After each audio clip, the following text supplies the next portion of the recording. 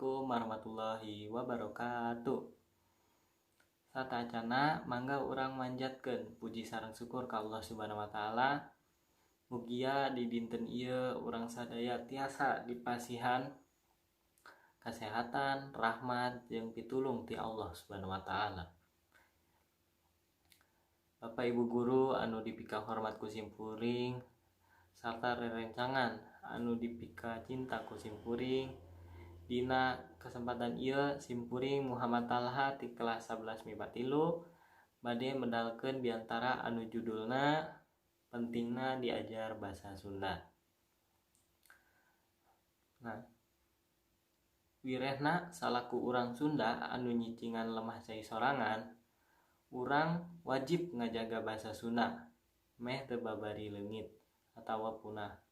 Lantaran basa Sunda teh mangrupakeun salah sahiji anu ngabedakeun urang Sunda jeung urang suku sejen.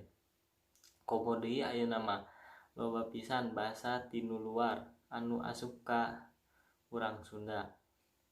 Anu matak basa Sunda teh sok teu kaanggo atawa sok kapohokeun. Lantaran urang sadayan teh leuwih resep ngagunakeun basa tinu luar.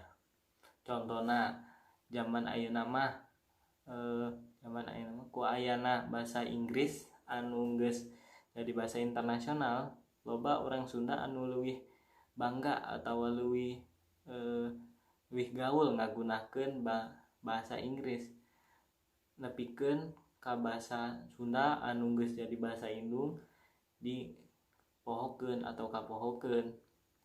Nah, kukitu kumaha tuh nu bisa jadi basa Sunda teh janten langgeng. Nah, salah sahijina nyaeta urang kudu ngabiasakeun nganggo basa Sunda dina palampah sapoe. Boh bade emam, bade ibak jeung sajabana. Nu janten sesah dina nganggo basa Sunda teh nyaeta di basa Sunda mah aya nu ngaranna tarap-tarap. Jadi mun urang rek nyarios ka sepuh, ka rerencangan, ka saluhureun aya bentena. Kukitu iraha bade tiasa upami teu dipraktekkeun sadi dinten. Kukituna mangga atuh urang sadaya ti ayeuna ngabiasakeun cumarios basa Sunda anu leres supados urang tiasa lancar nganggo basa Sunda jeung supados basa Sunda teh teu babari leungit. Mung sakitu tim simkuring, mudah-mudahan aya manfaatna khususna kanggo abdi nyalira, umumna ka urang sadaya.